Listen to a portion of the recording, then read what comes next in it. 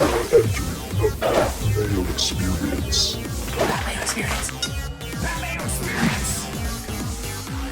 Mayo Experience.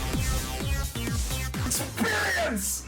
Welcome to the Pat Mayo Experience, presented by DraftKings 2022 Honda Classic picks, bets, preview, one and done, coming to you live. Well, not really live, live to tape from the brand new Mayo Media Network studios. Bear with us with the kinks that we're working out. It's the first show that we got going on. Want to remind everyone to smash the like button to the episode, sub to Mayo Media Network, and then down in the description, give me your winner for the Honda Classic beyond 50 to 1. None of these favorites. We want a long shot. We've seen a long shot winner a few times in the past few years at PGA National. We had Keith Mitchell at triple digits, Matt Jones last year at triple digits. And when I say that we had them, I did not have them. Although I think that Geoff Fienberg may have had Keith Mitchell, but definitely not Matt Jones last year, did you?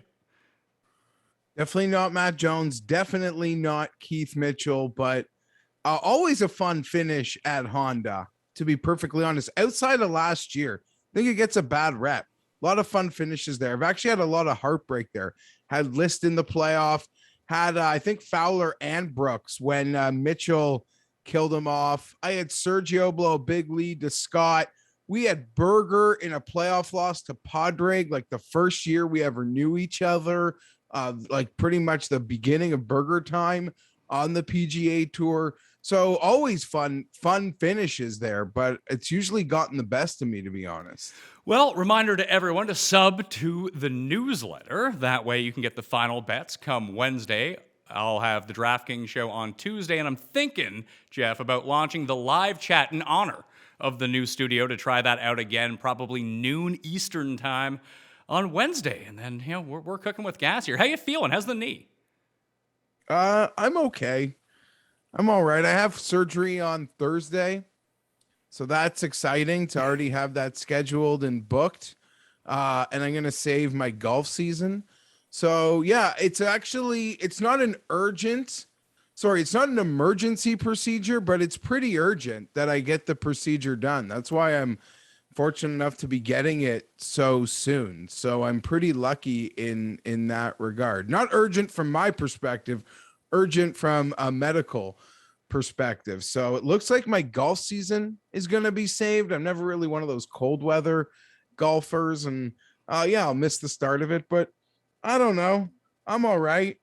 I got a lot of it's fun to hit a golf winner, so hit me up. I don't move anywhere. I go to bed pretty early, Pat, because all the things I usually do, like at nighttime, I've already done in the day, like smoke too much weed, watch too much TV, and do nothing. So hit me up. Send me your favorite OnlyFans suggestion. And I'm rolling in it right now, boys. Let's go. Are you ready for rehab, or is that going to be your OnlyFans experience? That's going to be your rehab. No, I'm not excited for it, but I got to do it. I don't know. It's just what it is. It's going to be a pretty annoying one. So I've been told, but it's about, 8 to 10 weeks. And yeah, I don't know. There's a physio place apparently up the street from me. So we'll see. I still got to get there though. That's the problem. Even if it's close, it's still pretty far. I don't know. One thing at a time. I got to get through the week. And I'll be honest, I'm like a big wuss. So I don't know. We'll just, knock me out. That's all I say. Knock me out. Give me the goods.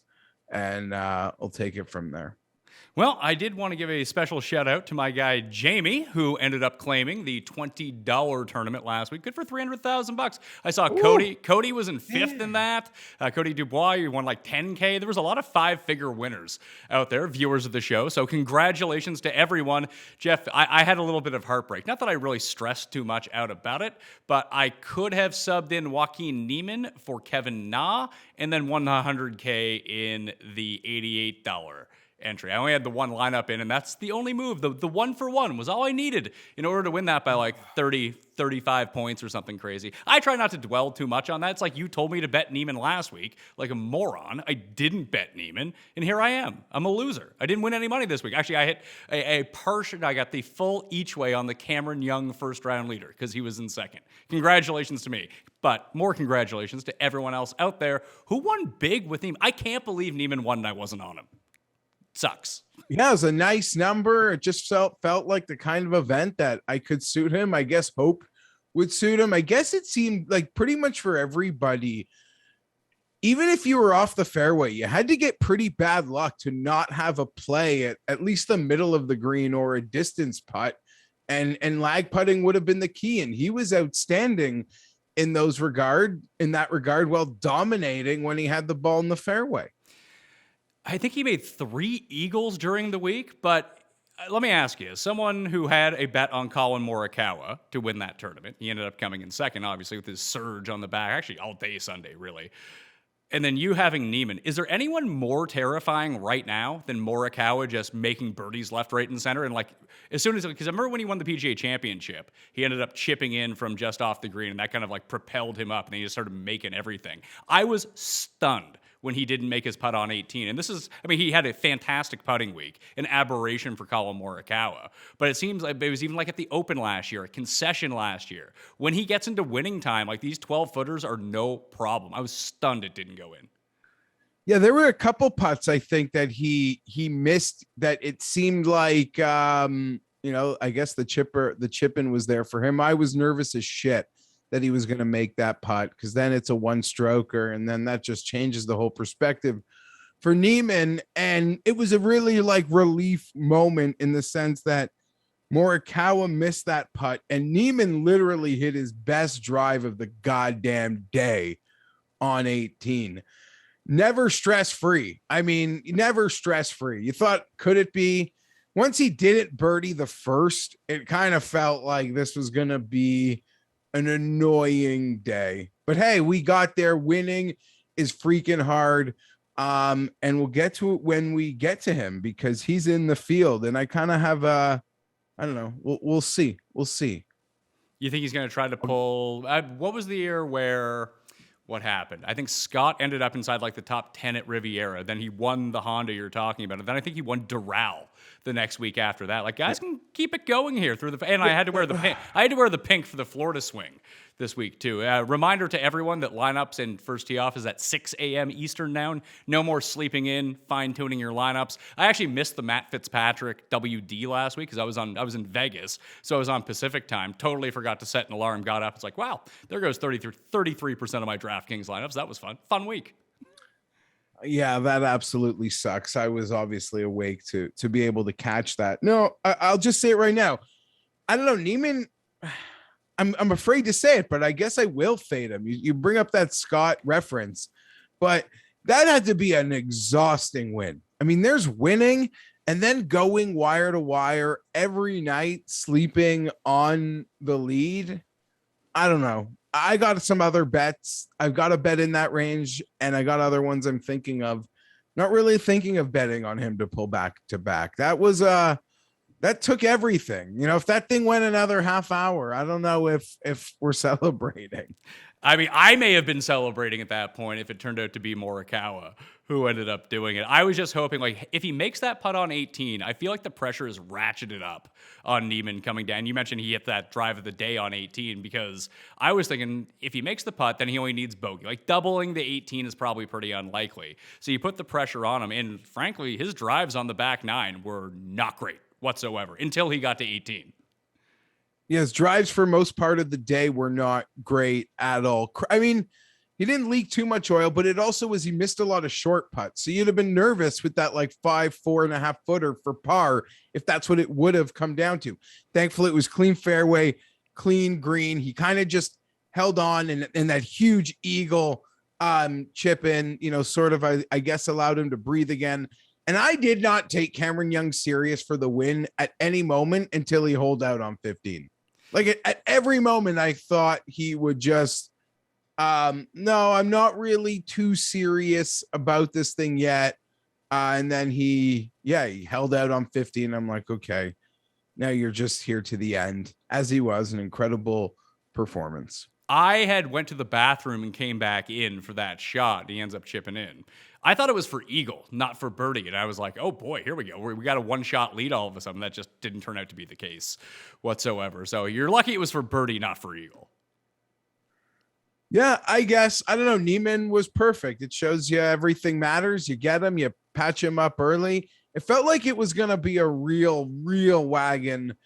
His first, after the 8 under on Thursday, his first hole of the day is that par 5. He puts it to like 3 feet for eagle, and it's kind of just instant separation. But again, it had to have been exhausting, almost like once you back up that first day of scoring with another day, you're now going to bed with all those guys. You really thought Thomas would have made a move on Saturday.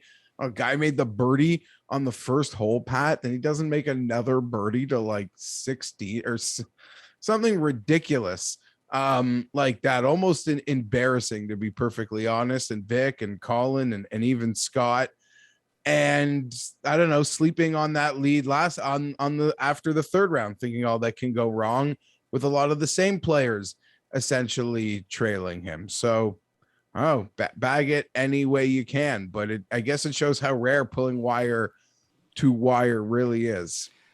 We always bag on the coverage on this show, but I want to give a special shout out to CBS, who looked like they really started to incorporate more drone footage. I actually quite enjoyed the coverage. It wasn't exactly what I wanted. It's never going to be exactly what I want. But considering where we were at this tournament 2 years ago when Scott won, we weren't seeing the leaders hit the ball or anyone who was really in the mix. I thought they did a pretty good job this week. Yeah, you know what? I guess it's one of those things, Pat. They're like umpires. You only really recognize it when it goes wrong or bad. And to your point, I didn't really think about it, but I thought they did quite a good job. Like, there wasn't a moment where they were tilting me like they normally do. And I guess you could say, as CBS is finding its groove, we're now going to hand it off to NBC and company for quite a bit of a run here. Yeah, when do we get CBS back? Valspar? Is that the next one? Maybe one warm up before the Masters or something, no? Or a couple? What do they have? What is it, Valero the week before the Masters? It's probably then. Because I know most of Florida's NBC, because we have NBC through the Players, because we have the all access feed for the Players, and then Valspar's the next Players week. is soon, though. Players is like 2 weeks away. Yeah, it's this week, Bay Hill, and then Players, and then Valspar, then Match Play, then Valero, then the Masters? Is that, off the top of my head, I think it's schedule. Not really sure. All right. Outed is not knowing the schedule. Fair enough. This is you pay attention to what the players are wearing. I pay attention to the schedule. This is the yin and the yang of our show. Quickly, Saudi. Looks like that's not happening anymore. What a week, right? Like, I don't know. People now debating how this can affect Phil's legacy, but it's quite remarkable how one by one they all pretty much killed that thing. I guess it Phil's undoing in many ways, but at some point people were going to have to answer questions. And even as we would have said a couple weeks ago, that it's only a matter of time before they actually have to start answering questions. Are you going? Are you not going? Yada, yada, yada. And when it was actually time to answer those questions and make those decisions, everyone, it seemed like to a man, said, no, I got it pretty good here. I think that after the Phil interview too, like, Bryson comes out and says he's not playing. DJ releases a statement saying that he's not playing. Do you think that they were in, or was it, all of this was just speculation. It seemed like Phil was in, but when it came to everyone else, who knows? Bryson hadn't signed on the dotted line, obviously, for any of this stuff. He had just been off rehabbing an injury. I think he probably had interest, but just to throw him as oh yeah, he was most definitely there. Do we even know that? No, I don't think we do know that at all. I'm sure they flirted with a lot of them. They were all pretty much to a man called. Rory had that pretty funny comment at his press conference early in the week saying, okay, so it sort of seems like it's becoming a pre-Champions Tour league. Okay, whatever. I'm not sure. I think at some point they were all tempted with it. Adam Scott had those comments, Pat, that I made a joke. It sounded almost like these guys were Eric Bischoff offering less dates and more money. That was the first thing that popped in my mind, especially when we got the Coke Rack news. It's they are taking undercarders in the WWF in 1994 and being hey, here's $5 million to come to WCW. And Kokrak has that attitude that I guess is okay with golfers, but it's the exact reason why you like pre-draft interviews in team sport. It's like, are you just happy being drafted or do you actually want to win? Kokrak made it pretty clear, like, I'll just take the bag, and that's okay. Like that, everyone, I guess, is entitled to do that. A part of it also feels like, well, no actual concessions were made. It was a very Green Bay to Aaron Rodgers like plea, like, no, we'll fix things for you. There were some emergency meetings on the tour. Even Keith Pelly, the Euro Tour president, flew in to Riviera, and it was like, we'll make some, like, maybe there were some assurances that they'll look into things and try to do better in the areas where players feel they aren't doing enough. But this whole thing coming out as like Phil's grift to have been able to sell NFTs and not giving a shit, like, it's so freaking weird, man. Well, it seems like everyone who was in on Phil has now turned on Phil because of this. But let me pose this to you. What if this was the plan all along? Phil is anti-Saudi League, so he said he'd join just to make ridiculous comments so everything would blow up and this would never happen. This is like him getting back at Greg Norman because he hates Greg Norman or something. I could argue that this is more like an elaborate scheme by Billy Walters to get back at Phil. Like, make Phil the face of something and pull the rug out from under him and embarrass the shit out of him. I don't know. I don't think this is going to have any long-lasting effects for Phil. I really don't. Phil's going to show up and, like, he'll dare you to say something. Pat, be careful what you say. Like, he's gone on like a Patrick Reed internet blockade. Like, he blocked everybody who besmirched him in the slightest, from like actual golf media to literally people with like 28 followers or something. Like, I don't know, but at some point he's going to have to answer some questions. He's not going to be able to dodge it for much longer. Everyone else was able to answer it by, like, you heard a rumor. That rumor wasn't true. I'm with the PGA Tour. Phil's in some way really what, like the emperor with no clothes or something. Tim would have a better analogy or way of putting it in some grander scale, but yeah, I don't know. But he's also got the swag to be like, no, whatever next event I'm like want to play in, I'm going to show up and act as if nothing happened, because he's Phil and he could probably get away with that. I'm guessing we see him at the Players, right? Yeah, how can we not? But does Phil not strike you as, like, did this tarnish him to a point, Pat, where, while I said, yeah, he can play, no one's ever going to make a big deal about it where he can't play and just be Phil. Do you think this holds a negative enough stain where, like, that, but even before he won the PGA, we thought, wow, like, if CBS wants to pull the Romo with Phil, he would be fantastic. And then when he won the PGA, there were like stories like maybe that could happen, but Phil's asking for insane, like, quarterback one NFL money. Like, that's crazy. I guess if they want to pay it, but that'd be great. Like, does that sort of take the, like, will networks now not want him in that big of a role? Like, did that part of his legacy or potentially take a tarnish in some respect? I don't know. Like, who is it really tarnished by besides like Hardo Golf Twitter guy? Yeah, who even noticed? Yeah, I don't even know if my dad would know what happened. I don't Like, think he. I don't think that he would. Man who watches golf on TV all the time. He doesn't have a Twitter account. Not betting on anything. He's not following it in the micro sense. He loves to golf and then come home and watch the best in the world play golf on TV and wouldn't even know if they're showing rain delayed coverage. Wouldn't even know. No. And I mean, there's two ways you can play. You can play it like nothing ever happened, deflect, dodge any question that comes through to it, or you just pull the, was it Jason Giambi? Remember when Jason Giambi apologized for doing steroids before anyone else did, and then like no one had a problem with Jason Giambi anymore?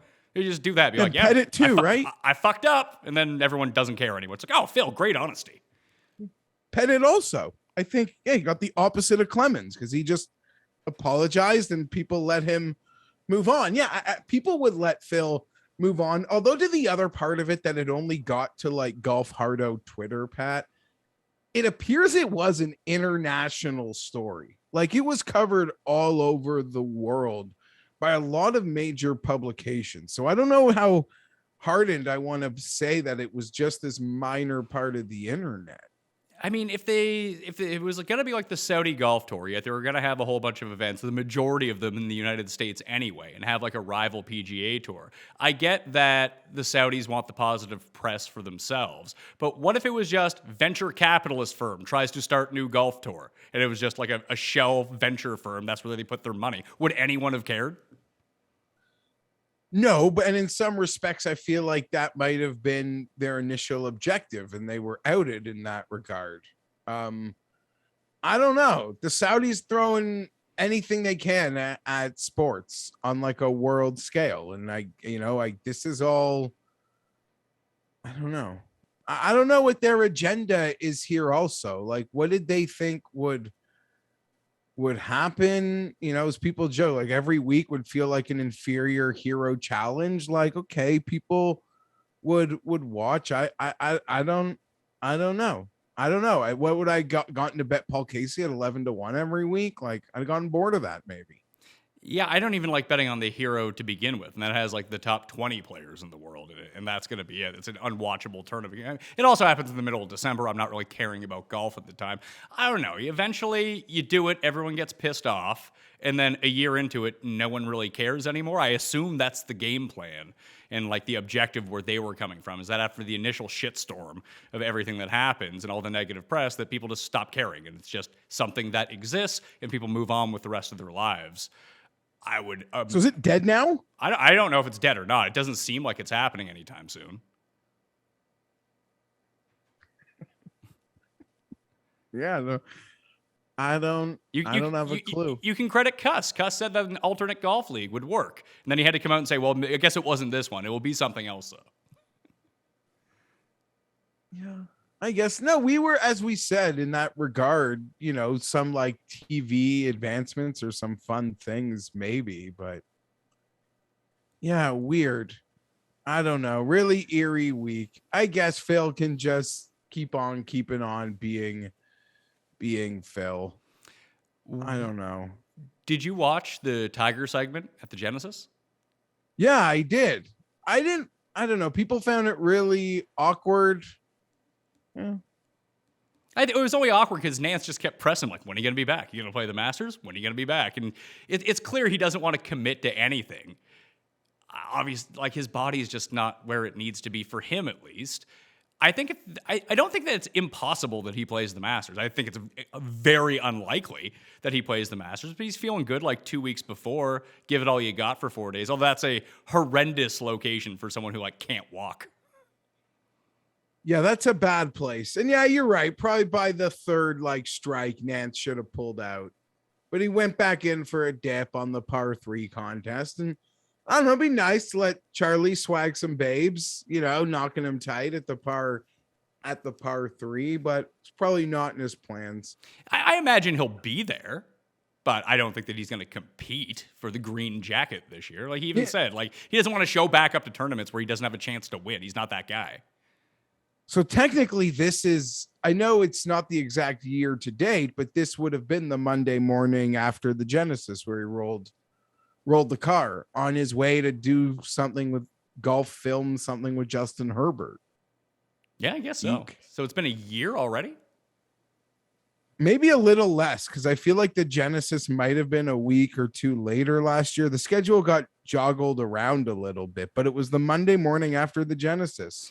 Yeah, because he was late. He was late for his tee time this year, and he was still in his courtesy car. Like Honda is 3 weeks earlier this year than it was a year ago because we got rid of WGC Mexico, which was at the concession last year, and everything got and I feel like golf started a week earlier this year too on the schedule, just with the way that the first Thursday ended up working out. So yeah, there's a little bit of time that would have passed in between each of them.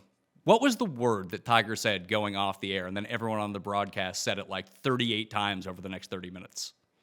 Oh, I don't know. Pure, striped. It was something like that. Now I completely spaced on what it was. I meant to write it down, but I forget. You ready to talk Honda? Yeah, I love the Honda. People bash the Honda. I love the Honda. Like I said, there's so many exciting finishes. Honda? Who's bashing the Honda? And I would say this field is better, at least on paper, into my memory, than it's been in the last couple. So Yeah, but I could who, be saying a lot. At least last year, because Brooks didn't play, I don't think. who's bashing the Honda exactly? I don't know. Listen, it's the week after the Genesis, so people don't see enough important names. No one's But going it's to a no tough- one no one's going to disagree that this is a much weaker field. It is. Objectively, it does not have each of the top 10 players in the world in it. It's not as good. But I don't know. I love the collaboration of like cheeky Euro international players that it brings, and I think it's a fantastic golf course that a lot of the schedule now gives them a real out because we're off Genesis, we're in front of Bay Hill players. It's a busy time of year, especially Phoenix, Torrey, a lot is on the horizon. So it gives them an easy out to avoid it, but I don't think they want to be here one bit either. I don't think they like writing numbers that big on scorecards. A lot of their egos are too precious for something like that. So I love the international collaboration of a field we get here. And as golf diehards, we love a lot of these guys. So let's give her.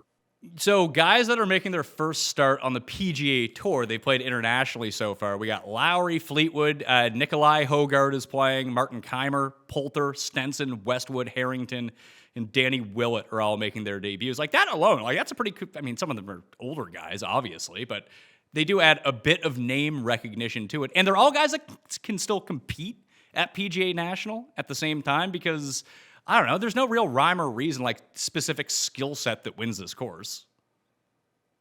No, you got to really just avoid landmines and you have a chance. But if you start your morning and say, I don't know, if I shoot 2 under every single day, I'm probably going to have a good chance on Sunday. And a lot of these guys, they're PGA Tour players. Like I could shoot 2 under today.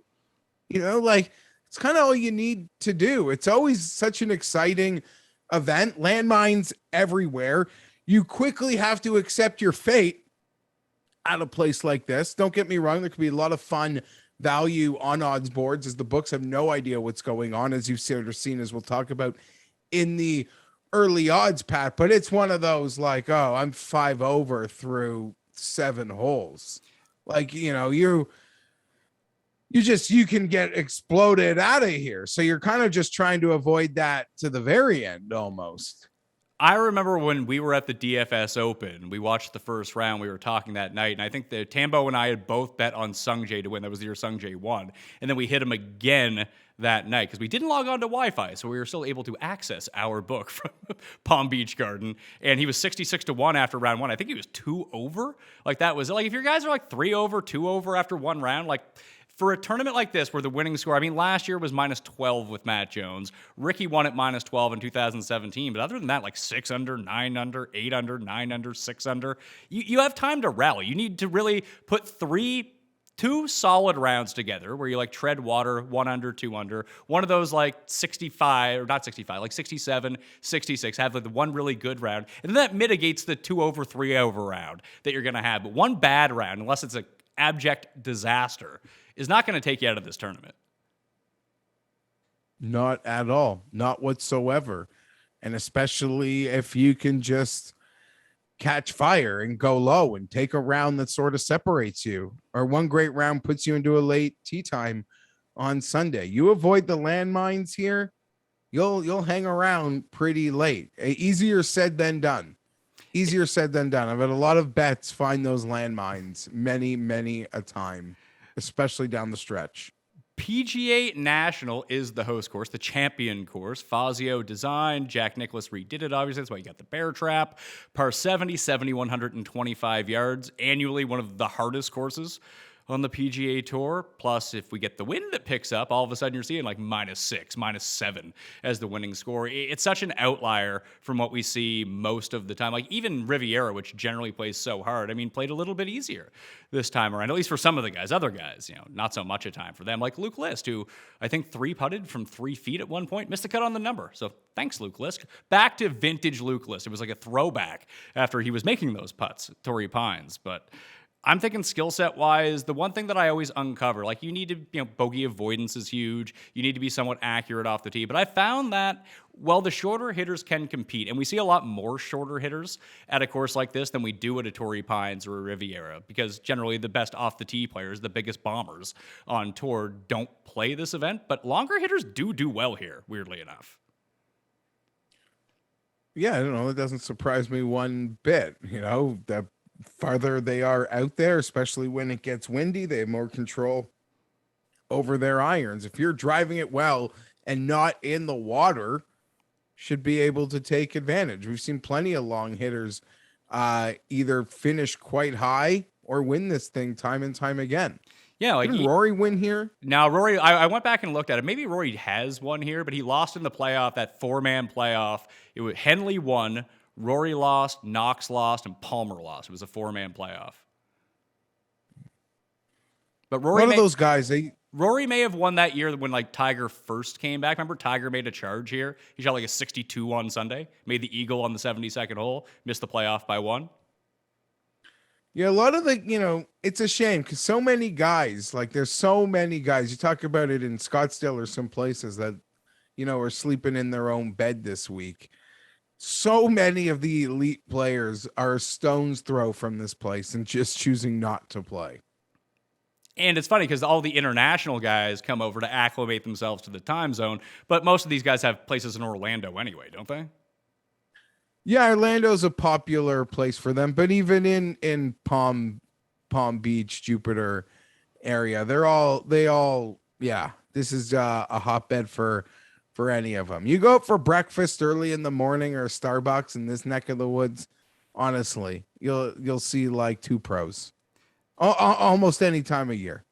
And if you're at the course, you just attract people. You're yelling at Tommy Fleetwood, positive things, obviously, from the stands. You get to meet Mac Hughes' mom. You've done a lot at this tournament. Love this tournament. Love it. And I don't think Willett's played there before, so he's never gotten my love. But yeah, I don't know. As we've talked about, I love how the field sets up. I like this one a lot, and I've gotten a chance to go to it. And having witnessed Kenny Kim witness a South Korean winning a golf tournament in person is crazier than anything you've caught me do on camera there, I promise. Yeah, that's probably fair. Only Tambo has those pictures. I think he released some of them on Twitter on Monday morning. So go check out Toe Tag and Tambo if you want to see hilarious pictures of Kenny Kim. Let's talk faves. Favorites in the field. Sung Jae won this 2 years ago. He's now 10-1 at DraftKings Sportsbook right now to win this tournament. Fleetwood, 14-1, Louis 16, Horschel 18, Berger 18, Neiman 18, Lowry 22. Brooks has dropped down to 25. That was briefly because he's back up to 20 at DraftKings Sportsbook in real time as it just flashed on my screen. And those are all the guys 30-1 and below. It seems like they have no idea where to price anyone this week, so they just upped and upped and upped everyone. Sung Jae at 10, I love Sung Jae. I think he's the deserved favorite. Actually, Berger should probably be the favorite in this tournament, but I released the early numbers that came out on Monday morning. I was surprised to see that the odds were out. I made two bets right away. Louis at 25, Horschel at 28, and now at DraftKings Sportsbook, they're 16 and 18. Don't know if I love those numbers so much.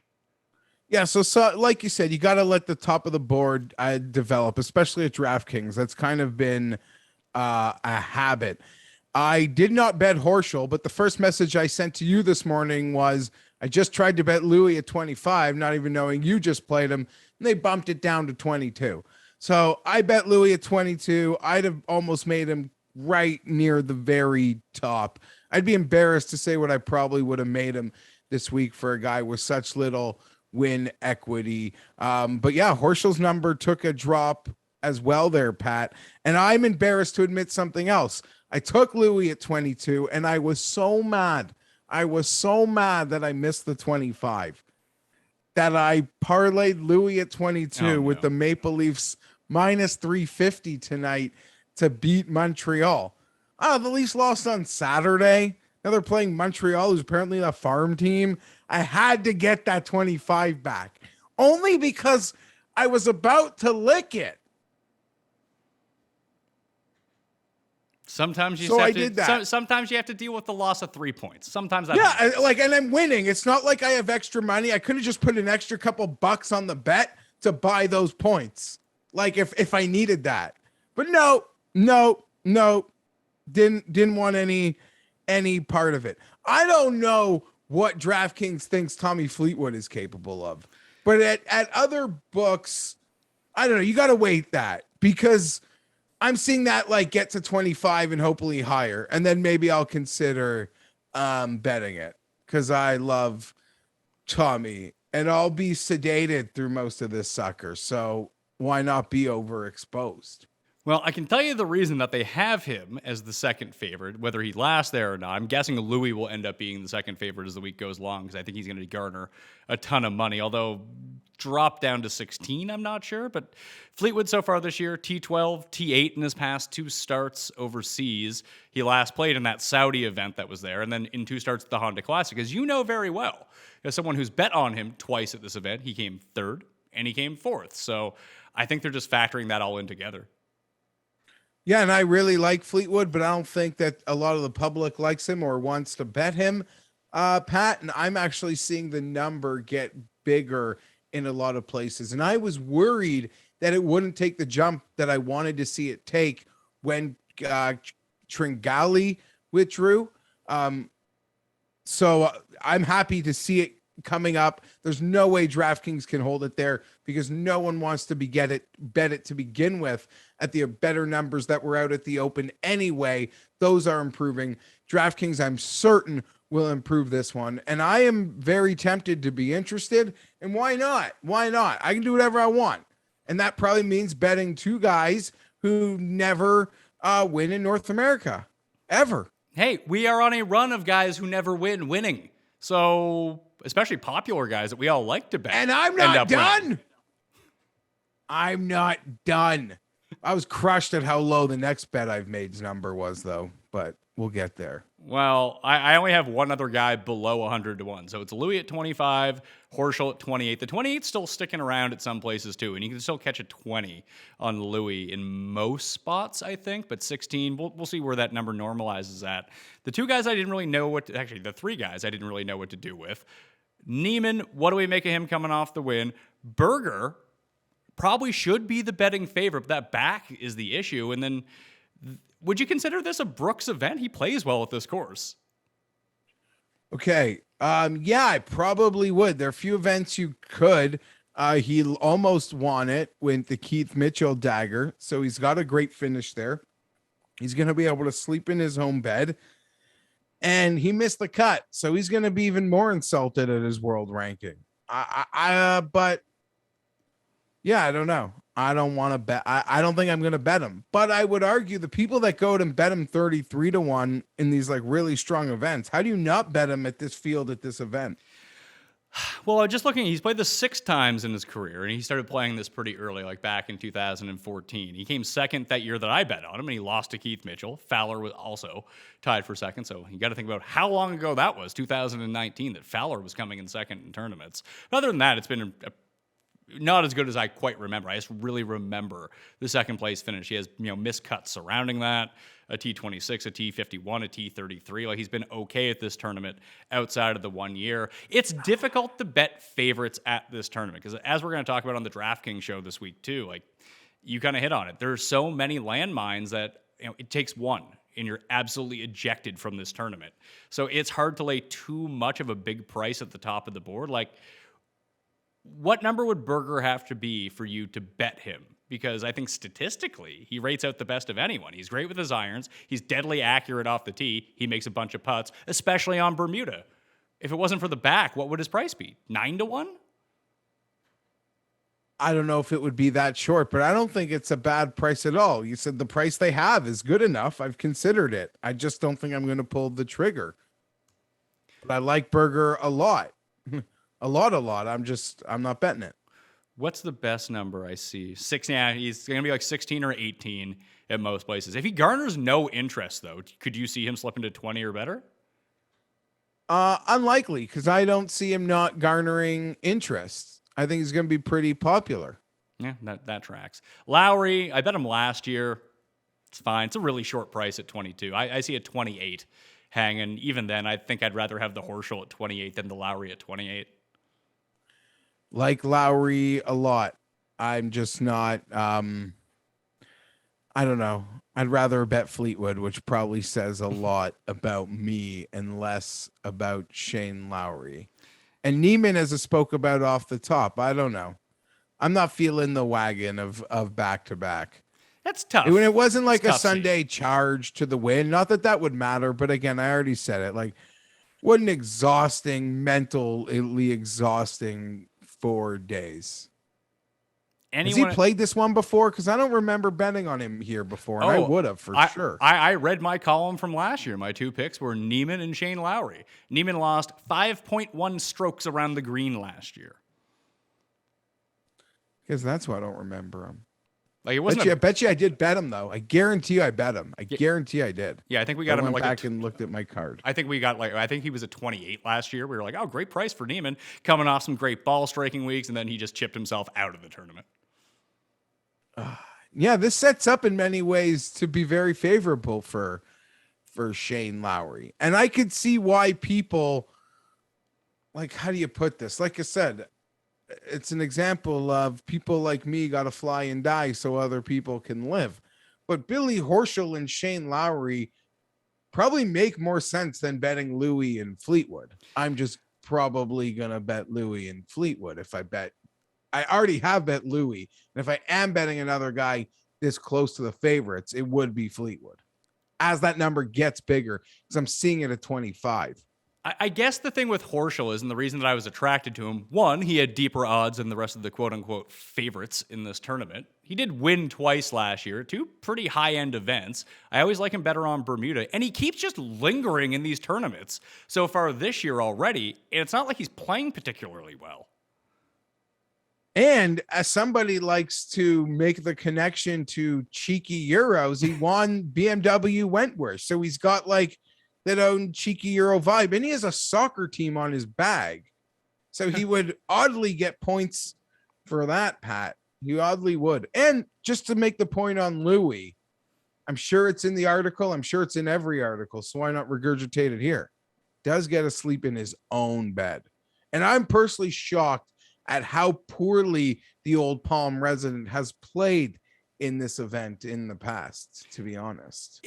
Most of it, when I went and looked at all the numbers, I did write up Louis, it's been his around the green that's really sunk him at this tournament. He's never gained strokes around the green. He loses, I think it's 1.4 strokes per start around the greens at PGA National, which is just really bizarre because he's usually, like, he's one of the better around the green players in the world. His short game is top notch. It's just, for whatever reason, he can't figure these ones out. This is literally 5 minutes from where he lives in Palm Beach, this course. Does he live at Mar-a-Lago? Where does he live? No, but they all live right around there. Mar-a-Lago is a little farther away. It's on like Palm Beach Island. It's not far. It's a little farther away. Yeah, it's like it's another 10 minutes down the road.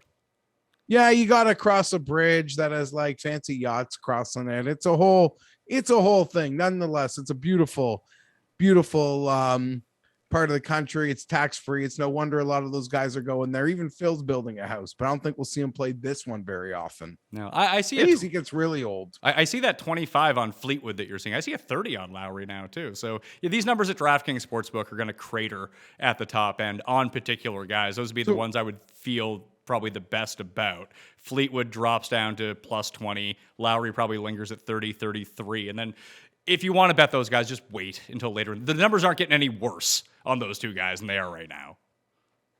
No, and I'll be honest, as I kind of said, I was surprised as someone out of the gate that even when I saw Fleetwood opening at 20, like, this has to come up for me.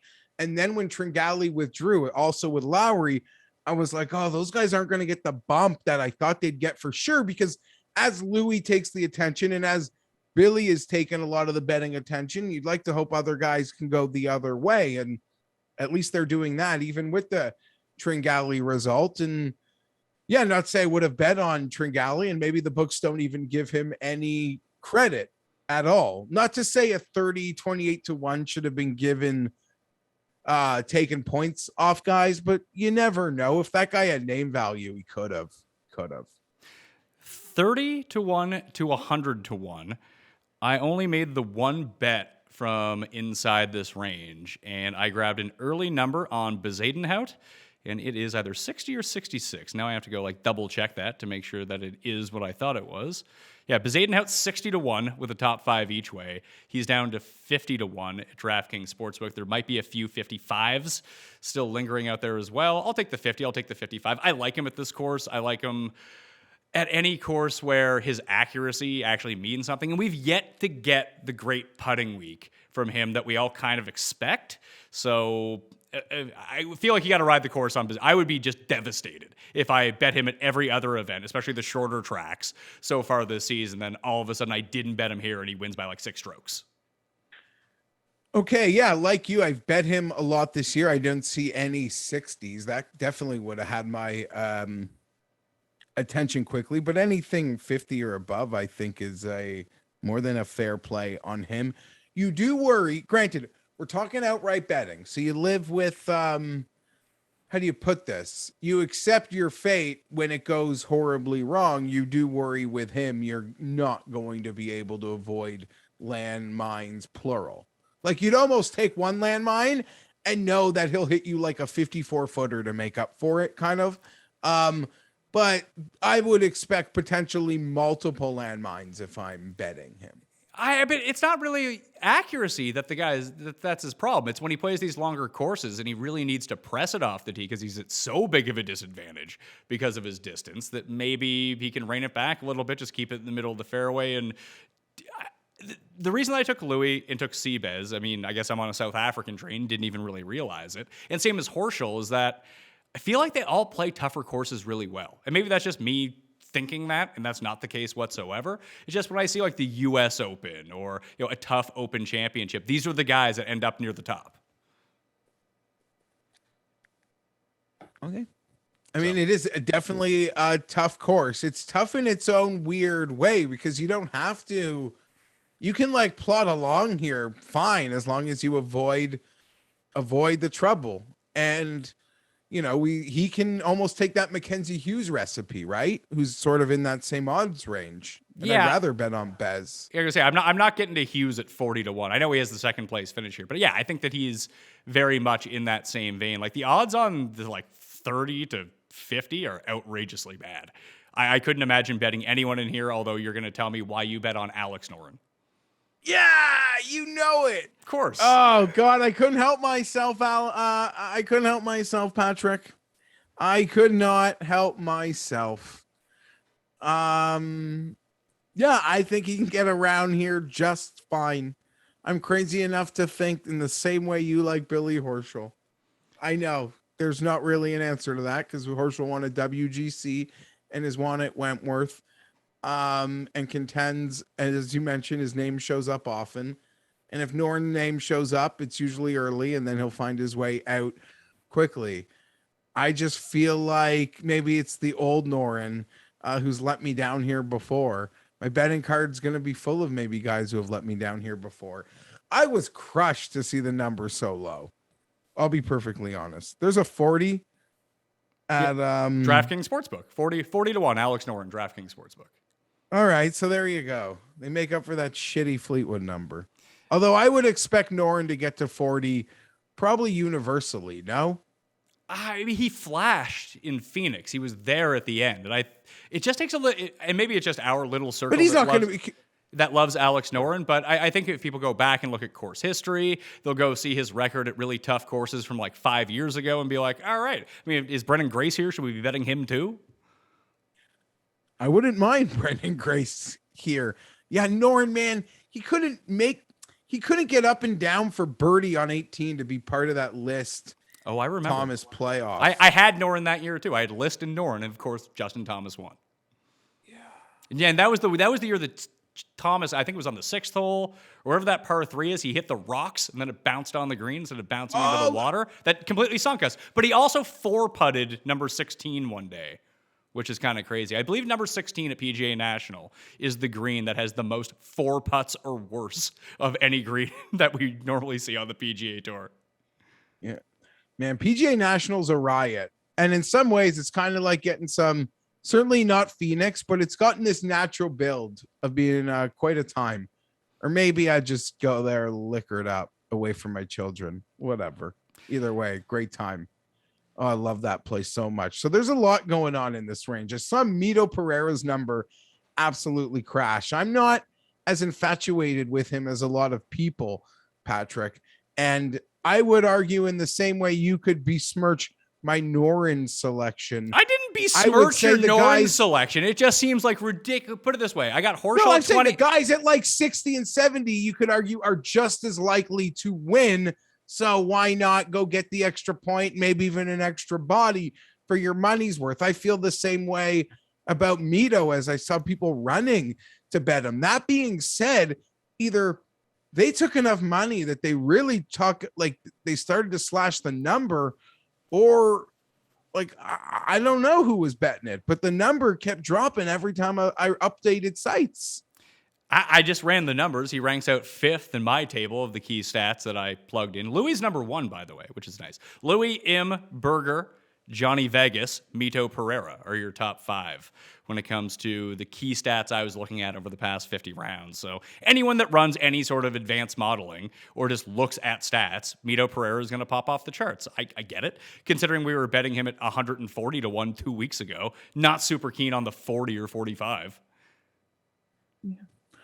Just not there. I wouldn't be shocked. I mean, the guy's got a winning pedigree. Won 3 times on Corn Ferry last year. Keith Mitchell's he's a winner. Keith Mitchell's 35 to 1. I think Keith Mitchell can most certainly win. He will not be getting my money at 35 to 1. Yeah. Guess with no middle tier, they really chopped the legs out of Norin and Mitchell, because I went to bed thinking about both of them. And Wolf, too. I thought that Wolf opened at like 55, but he seems to be down to 35 at DraftKings Sportsbook. So that's not great. I wanted to think about that one a little bit more. It's like they're hanging a 50, a 55 on Wolf. He's just so much better than all of these guys when he plays well that why not go for it? Paul made a really good point, because you hit Neiman last week. Obviously, Paul hit Neiman along with the top 5 to go along with it while I'm sitting here with my dick in my hand with no monies. But he made the very compelling case. It's like it wasn't too long ago that we had Neiman on that Morikawa, Hovland type tier.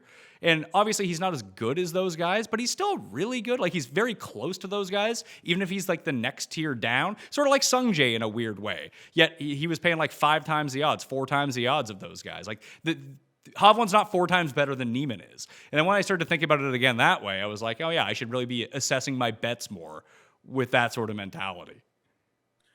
And I feel like that's something that I've brought up a few times as we discuss Neiman. There always just seems someone always has to be forgotten. And Willie was gaining so much steam, right? And Neiman was like going backwards as Willie was going forwards. And I mean, listen, like Victor and Morikawa, you could even debate that there should be a gap there.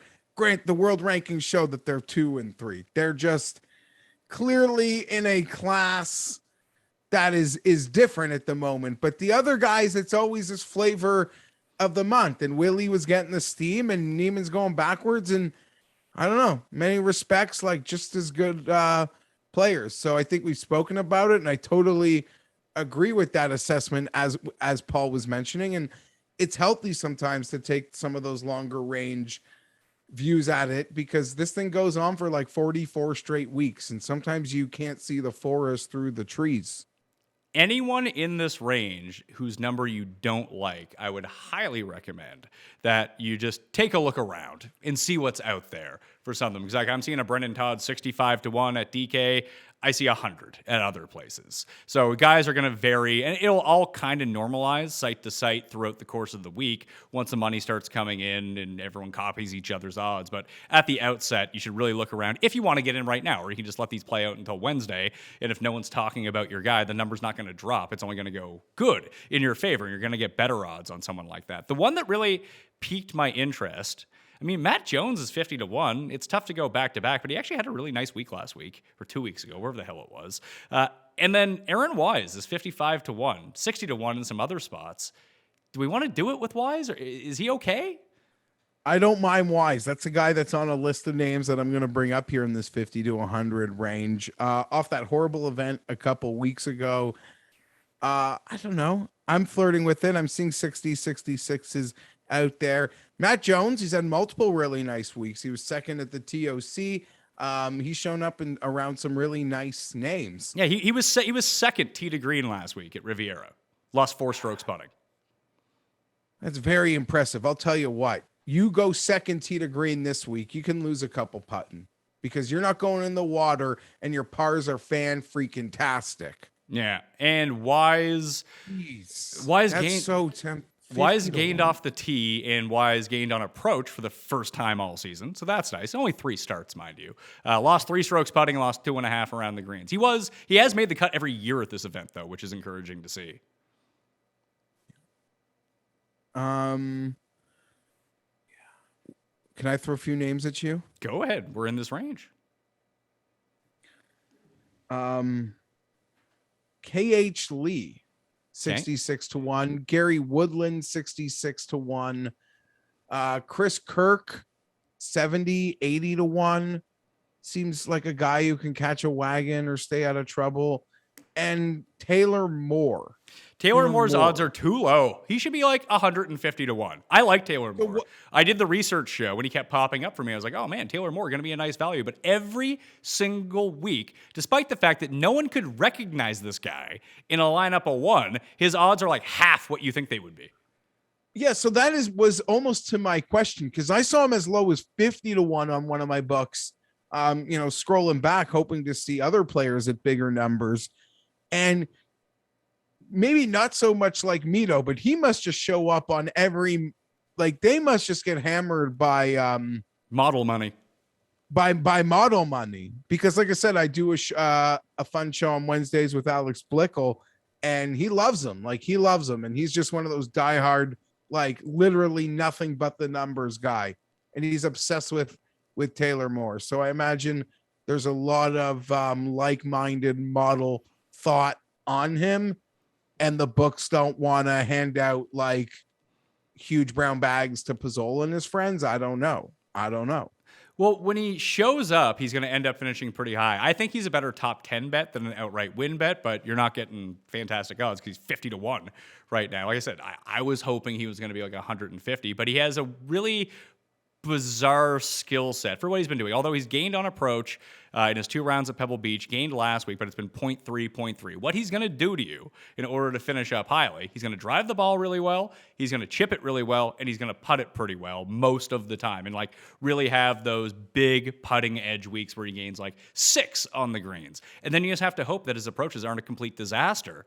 And it feels like he's going to be very much in the mix. Like looking at his results, he missed the cut at Farmers. He was 67th at Amex, 21st at Riviera, 16th at Pebble, 8th at the RSM. He was 17th at Sanderson Farms, 24th at Shriners. Of course, I played on Tuesday with Rick, by the way, TPC Summerlin.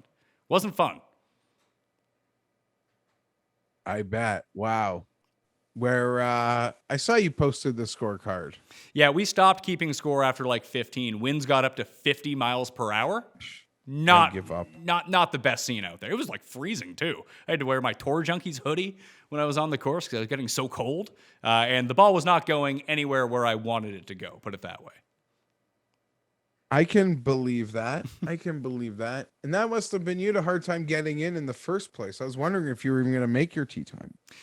Yes, I actually got in the night before, but I had a connector flight that I had to make, or I was like scumbagged for the entire. I just would have picked up, got my stuff, and turned around, went back home in Montreal. But they kept customs open for me and held the flight by like 15 minutes, so I was able to jump on it. There it is. Yeah, very nice. Very important person, Pat Mayo, who has spoken about since Christmas a moment potentially coming for Gary Woodland. I got him circled. I know you were excited in California. There were some 100 to 1s. I mean, I've bet him at half this probably more than once at PGA National. So you show me numbers in the mid to high 60s, 50 or above on Woodland at this course, I could get very enticed. Knowing landmines everywhere, I guess could even stop referencing it. They're outright bets. They'll either live or die. Put it this way. Normally, like when you look at a betting card, I saw someone played all my outright bets as a DraftKings lineup last week, and they won like 3 times their money. I should have done that because I would have won more money if that was the case. But this is a week where you're going to look at your outright betting card like the night of on Sunday, and you're going to be like, man, I had 3 guys that were like +9. And you just hope that one of them can sneak through. Like, it's not going to be one of those consistent one where you probably have like 3 or 4 runners going into Sunday. If you have one guy who's inside the top 10, consider yourself lucky here. Yeah, I agree. You're almost like you make a 6-man card and you got 3 guys that didn't totally die the first day. Like you almost take it. It's like match play almost. They're still alive. Yeah. Literally. You could make the case though, Pat, that you should just make like the Brooks, Billy, Wolf, if you're betting under 50. Like those should be your core 3. Potentially Lowry if he gets to 30. Or swap one of them, right? Just look at who they're up against. Like there's no win equity here anywhere. Except Patrick Reed, funny enough, in this range. Womp. Yeah, but his odds aren't even low enough to bet him. Like they're not high enough to bet him. Yeah. So here's the thing with Reed, and I still want your opinion on Woodland. The thing with Reed is we've spoken about it before. He has this special ability to win out of nowhere. But that just means when we say that just means, he didn't have like a T25 in the last month. Do you know what I mean? Like a T30. Out of nowhere, when you look at his metrics statistically, and then there's red, and then there's like the deepest, darkest blood red that your doctor would be like, holy shit, you got to go to the hospital right now. Like that's the trouble there. It's not red on Fantasy National. It's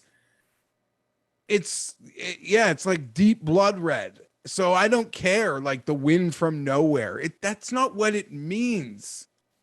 When Keimer could win from nowhere, it didn't mean that he was playing poorly. It just meant that he was just milling about T40, T37, stuff like that, not dead last every week. And even if he was missing cuts, it was probably because it was around the green, like abandoned him. He couldn't hit a putt. You expect that. Not this total, it's scathing to look at it statistically like bad. So that's my take on that. And if he wins in this position, I'm a fan of the guy and I'll be happy for him. But something seems totally off. Totally. That goes without saying. I like Woodland. I think it's between Woodland and Wise. I mean, I might just end up betting them both, but I probably end up with one of those 2 guys on the card. So 55 or 60. 55 is Wise. Woodland is 60. I did make the proclamation about Gary, so it would be kind of disingenuous if I didn't take the macro view that I just talked about, thinking that this guy is going to rebound. At some point, we're going to catch a number. This is a big number for him. I mean, we were betting him I think I bet him last year at 20-1 in this tournament. Or 2 years ago, whenever it was. Yeah. And I mean, I guess if you in some way quantify the 100-1s you had to bet him at versus fields where like Rahm and Cantley and those players were playing 60, we could get a 66 I'm seeing. So that seems totally right and fair. And as I said, I feel like I've bet him here a ton over the years. I don't want to abandon that. The one guy who's popping up at 80-1 on DraftKings Sportsbook, I hit him at 125-1 this morning with the top 5, is Michael Thompson. He's won here before, and he's having a real Siwoo Kim type like results card right now. It's like top 10 or miscut, and it's like a disastrous miscut. But at a tournament with variance, he's going to come last half the time. If he has a chance of winning some of the other times, it just seems like a huge number for him.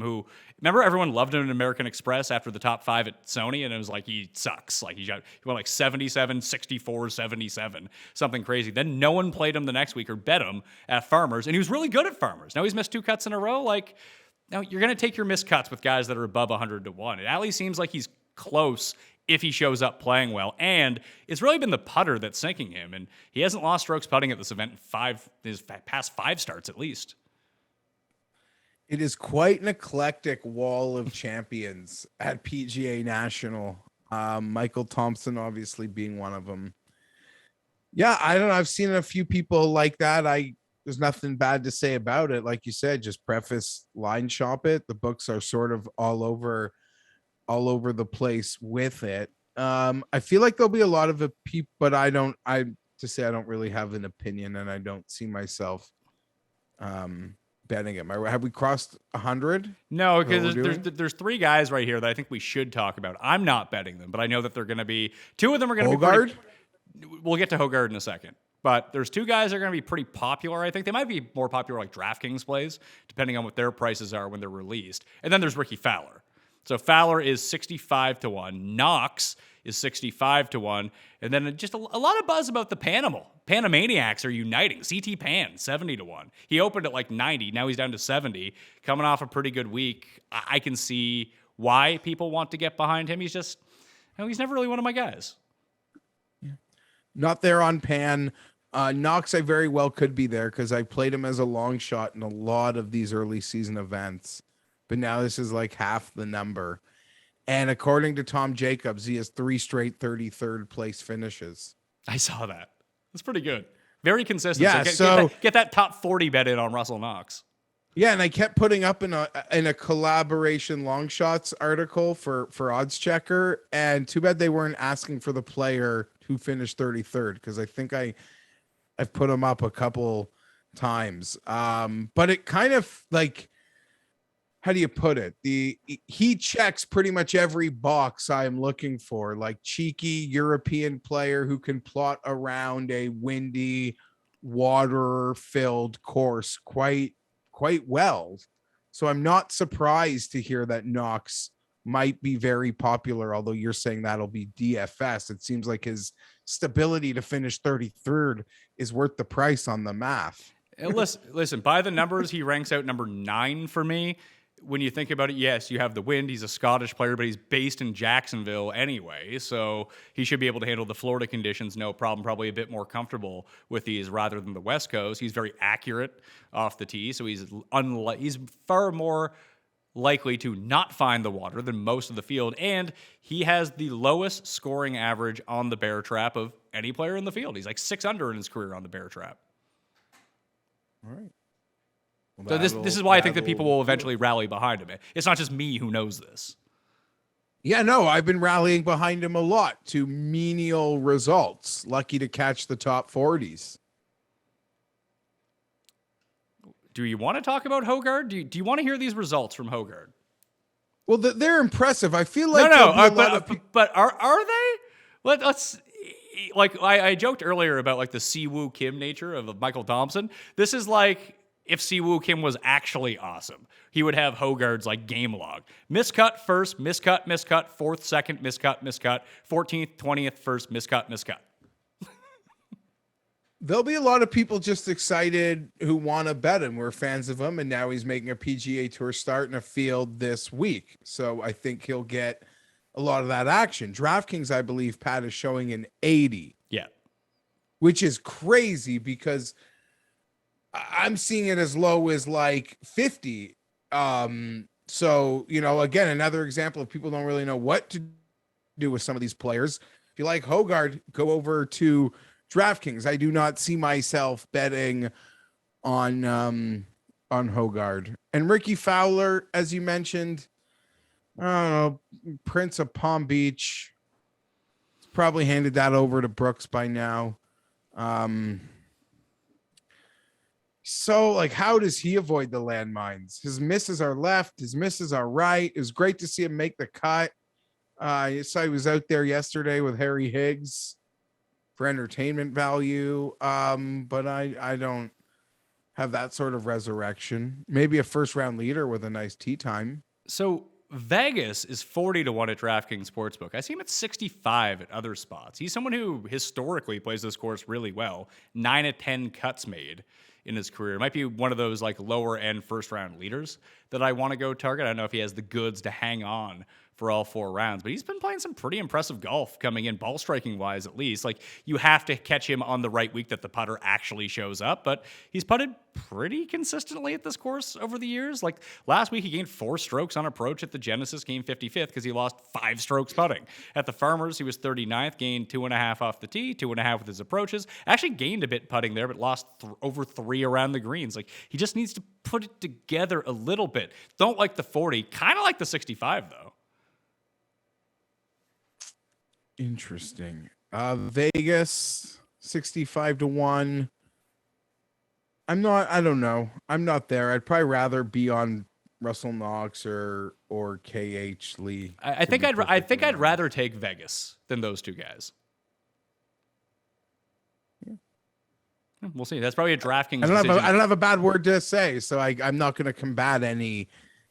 There's nothing for me to combat there at all. Do you think like Ryan Palmer gets his love here, Lee Westwood? They'll be pretty popular in some respects, no? Well, I know that one of those two guys is Tim's one and done this week. Oh yes. Although he surged way ahead of you because he had Scott last week, and you're now in third in our one and done. And whatever.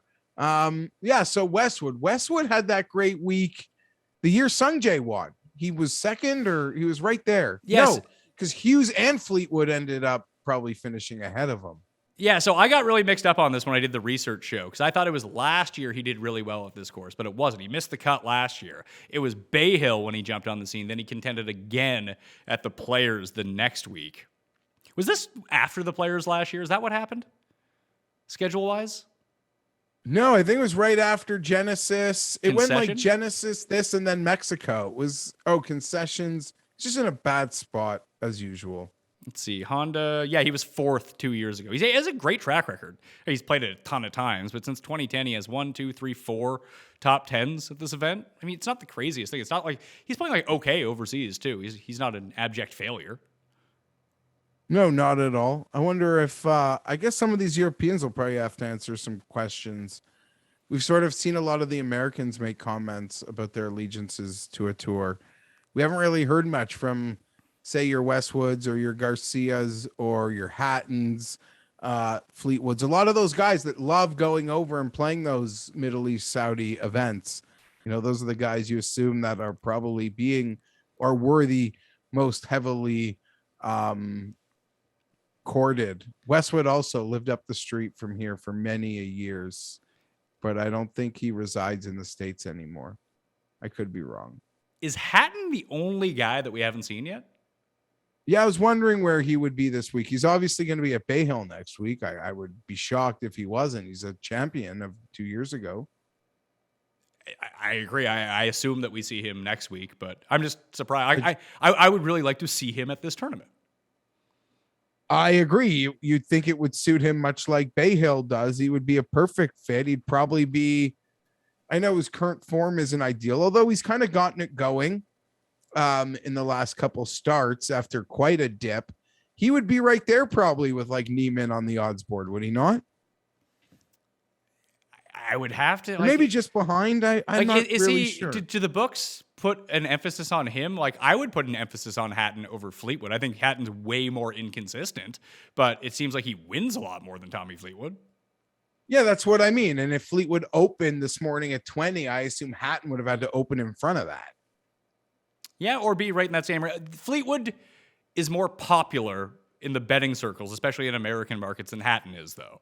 Just people like to bet on Tommy Fleetwood. People don't like to bet on Tyrrell Hatton.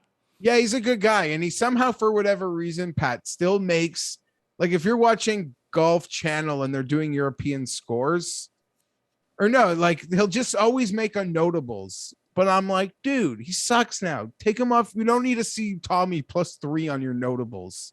Just get that out of my face. What's Tommy in the world right now? Where's he at? There's Fitz. Westwood's still 41st. Fleetwood's 44th. He's behind Lee Westwood in the world rankings. Well, let's change that. Bigly Sunday. Are we past 100 to 1 yet? Yeah, let's talk the long shots. Why? Besides Willett, who do we got? Okay, yeah. So I've bet Willett 200 to 1 on DraftKings. Thank you very much. I'm just gonna throw out some names because I got a lot of like on my attention. I can make a full bomb card this week, especially nothing like, yeah, I'll be out of it. So overexposed post-surgery. I'm gonna need dogs in the fight. Aaron Rye, 100 to 1. Doesn't this guy just like Hits fairways. Fairways, green, just like nice little peppering up a golf course, keeps a very clean ball. No, I say that, and he's cost me some nice DraftKings lineups recently or around his great play at Torrey Pines. But European toured experience, that one kind of caught my eye. Aaron Rye 100-1. You love the South African card, Pat. How does Garrick Higo fit? That's who I was looking at here. Like Michael Thompson from down here at 125. Higo is 125. What is he on DraftKings? He is 100-1. That is a player I believe in, that he's going to be good. Now he's also super young, but do you just take that sort of zoomed out view and be like, I think this guy, I mean, he won on the PGA Tour last year. Why couldn't he win this event? Yeah, no, I like him. He, like that name popped for me north of 100-1. I don't know. Palm Beach, doesn't that profile like the Greek Isles where he won? I believe it was the Canary Islands where he won. Oh, the Canary Islands and the Palmetto, right? Yeah, Palmetto, the fake Canadian Open. So what did Glover win then?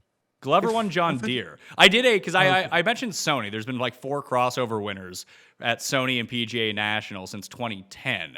Like Mark Wilson is weirdly one of those guys. Ernie Els, Justin Thomas, and someone else who is escaping my memory at the moment. But Lucas Glover rates out the best between those 2 courses of anyone in the field. Interesting. I don't know. I didn't mention him when I mentioned Westwood and what other old timer did I mention there? Westwood and Palmer, but Glover, Glover might be the pick better than both of them. Not that I'm betting Westwood or Palmer. He had Glover was awful. He kind of gagged it away at the American Express in the final round. He was top 5 going into that round on Sunday at American Express. Horrible at Pebble Beach. Horrible first round in Phoenix. And he was great in rounds 2, in rounds 3 in Phoenix, and then was like horrendous again when it came to the final round. So I don't know if he can quite keep it together, but there's something interesting with his numbers this week. I don't think I'm going to get there with him, but it feels like it's not that the hate has gone too far with him, but he's been pushed down this board for a guy who's playing like all right. Okay. Well, back into the deep numbers. I don't know exactly what number you're seeing on Brendan Steele, but where's Keegan? Because isn't this the type of place where Steele and Keegan would just be ideal fits? I thought Keegan was in this tournament, and then he wasn't. Last year, didn't he just explode in the bear trap on the weekend while in deep contention, maybe even leading? Yeah, that sounds... Now, Matt Jones led wire to wire last year, didn't he? Maybe. I don't know. Keegan had an incident, but that's like PGA DFS 101. Keegan had an incident. I thought he was playing too. I scoured odds boards like 3 times looking for him. I couldn't find him. Steele has the track record here. Feel like he does not have it going right now. He has missed every cut so far this year, 4 in a row. Pass. The only Lucas Herbert I like, but here's my worry. I like him at these windy courses. I think that's like when he won at the Irish, that was really good. When he won in Bermuda, it was super windy there as well in the swing season.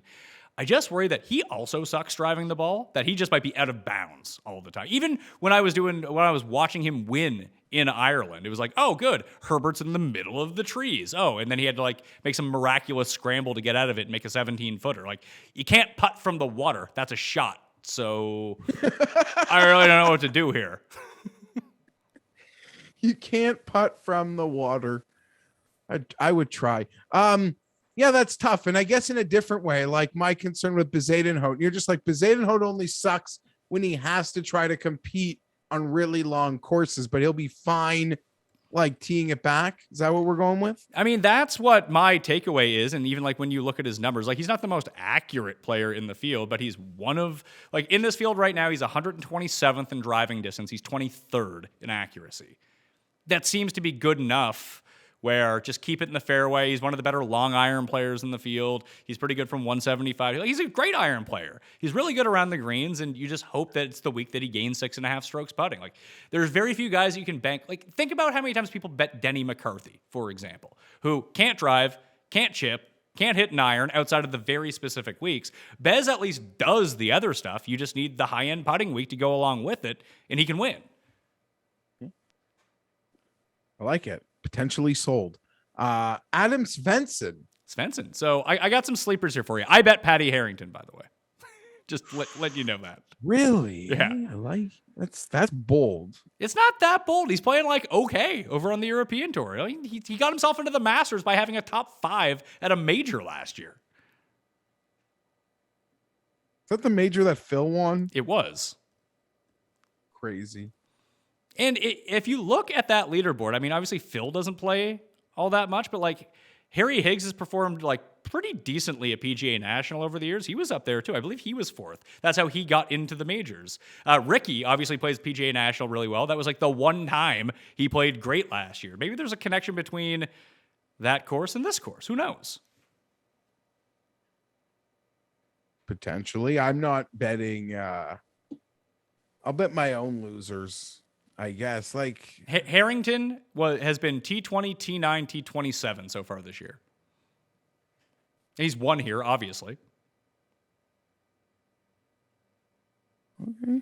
Like, I don't think you want Harrington at a course where minus 23 is going to be the winning score. But if it's like minus 8, fuck, VJ was in contention 2 years ago. That was the KH Lee year. Wyndham Clark or Kramer Hickok, or whoever the hell it was. One of those guys was up there too.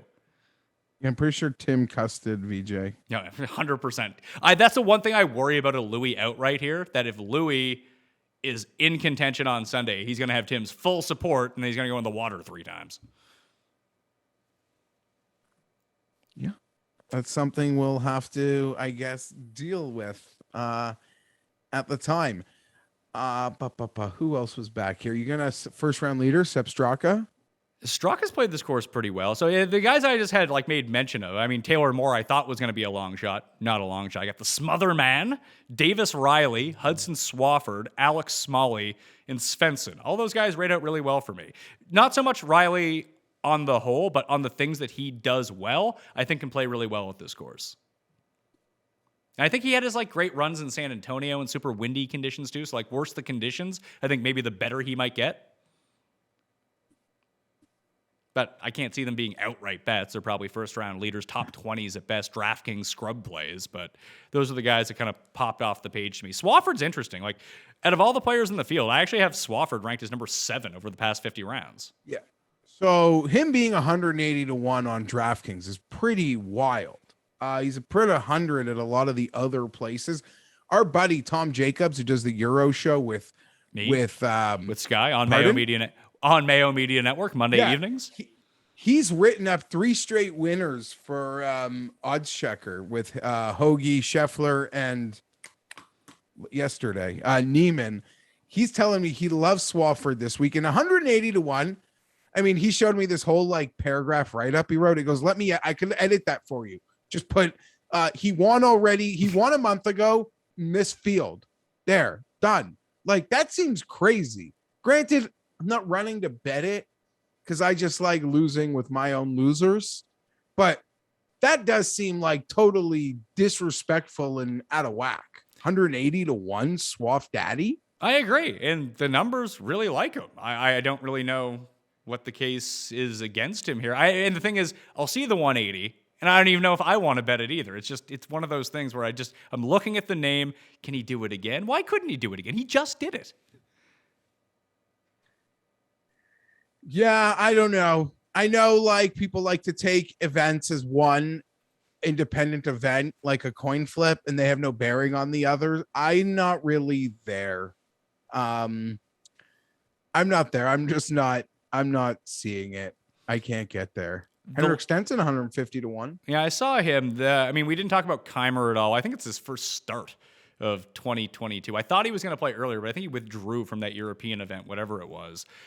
The one I wanted to ask you about is why not Harry Higgs at 175 to 1? I know that he's making like news because he's taking his shirt off, but he was playing good golf. Yeah, I'm here for it. I don't know if I'm here to bet it, but that would be exciting. That'd be good TV on Sunday. Let's see. With Higgs, he missed the cut at Farmers, 40th, 49th, 55th, so nothing crazy. Terrible on approach, putting the lights out. But 19th and 58th and 2 turns at Honda, was second in approach last year here. So not the craziest thing, but I think that's enough of the long shots. Let's talk quick. I got one more for you. Well, I was just waiting for you to bring it up. The Reaper. Like, Oh, just Gim. stay out of trouble and you're contending, right? Oh yeah, 100%. Where's Gim at? What are his odds? I didn't even see him. I didn't realize he was playing. I'm seeing 150, but I don't Yeah, 150. Yeah, 100%. FOMO bet of the week. Doug Gim. Yeah, I'm not. And he was good at the Players last year too. Until the final round. That was not good.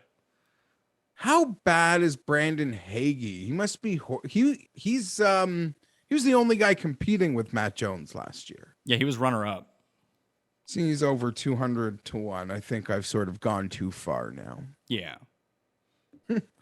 Happy Barn Rat. Sure. I want to ask this name, but no. Chase Koepka. No, although hey, that's no wonder Brooks keeps coming back. You know who for them. Do you know who the numbers really liked for me this week? And I just can't pull the trigger on it. It's Watney. Well, you bet him a couple weeks ago. Yeah, Pebble Beach, where it feels like absolute losers can win there. Like, I don't know. We're way too far down the board. We don't need to be talking. This event could be the closest thing to Pebble Beach, and we could be in 4 years from now and be like, but just bet losers. Yeah, maybe. It's starting to profile that way with this scheduling spot as much as I like it, but I don't know, losers or cheeky internationals.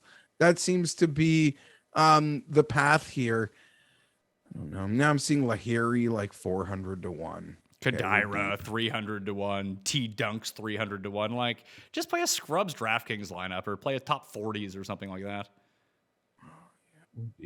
We're deep.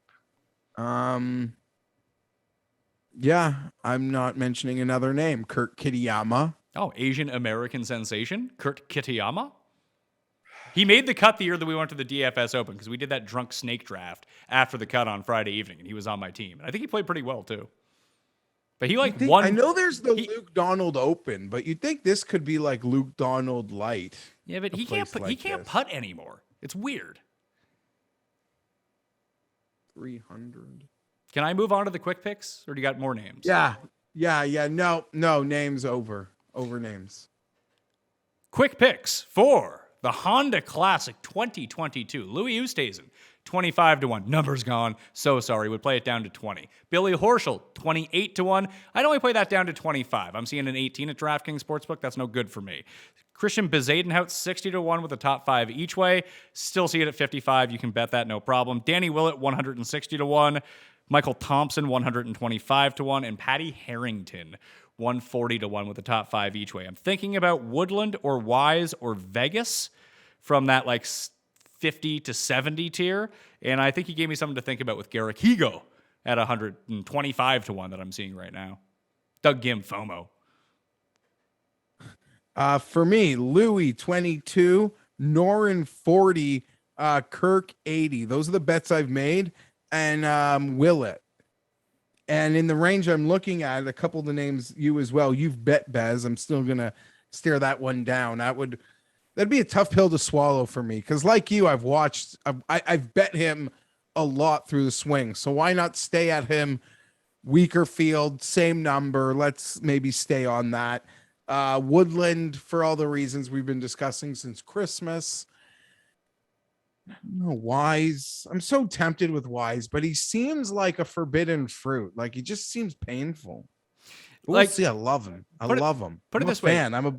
If you can't get the 25 on Horschel or 28 on Horschel, if you want to tail me, and you only see the 18 or whatever it's at, you could probably throw him off the card and go Woodland, Wise, Vegas for the same amount of money. Yeah, I could still be betting Fleetwood too. You are betting Fleetwood. We know you're going to bet Fleetwood. You might as well just say his name. Say my name. Like him a lot. I'm blushing. One and done picks for the Honda Classic. I beat you last week, so I get to pick first. I'm still in first in this. Cust had Adam Scott, so he's now in second. You're in third. Completely forget who you had, but I took Rory, so he ended up with a top 10. I'm taking Louis for this event. Cust has selected Lee Westwood. I'll take Tommy Fleetwood. No Americans on the card. Interesting. All right, that'll do it. on the Pat Mayo Experience. How do you like the new studio? Did you like seeing yourself on the big screen? Beautiful. Trip me out. Love it. Can't wait. You're going to let Tim in there, though? Is Oh, that yeah. going to cause things to... It might cause like an electrical breakdown. I don't know. But yeah, we can position the table this way, have him sit over there far enough away from me. So Be like a booth. Get like someone to sponsor like a booth he can just be in. we just cut to a different camera, and he actually has a legitimate cuss corner over there, where it's like a padded room, like it's a mental asylum. I feel like that could work. Do we have to get him do we have to get him a crown for when we do the custies? Like a throne, a crown. He gets all the awards. You would love it. A scepter, all that regalia he would just die for. And the sad thing is he would take it to heart. He would just live the gimmick too. Loves it. 100%. Where can we find you later this week? Odds Checker?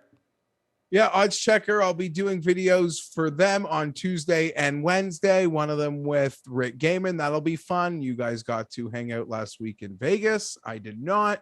Yeah. And then Wednesday nights over at FTN. Then I'm going in for surgery on Thursday. So I'll just be, I guess, yeah, I don't know. I'll just be up enjoying the Honda. Hopefully I don't mistake zeros when I'm making some live bets on losers. I mean, based on the way that you're running right now, that'd be a good thing for you. Potentially. But I'm also one of those people like maybe, yeah, no, I get it. But in the same way, I don't know, this can't keep going. In the same way, I don't think Neiman's going to win another one. Yeah, I guess that makes sense.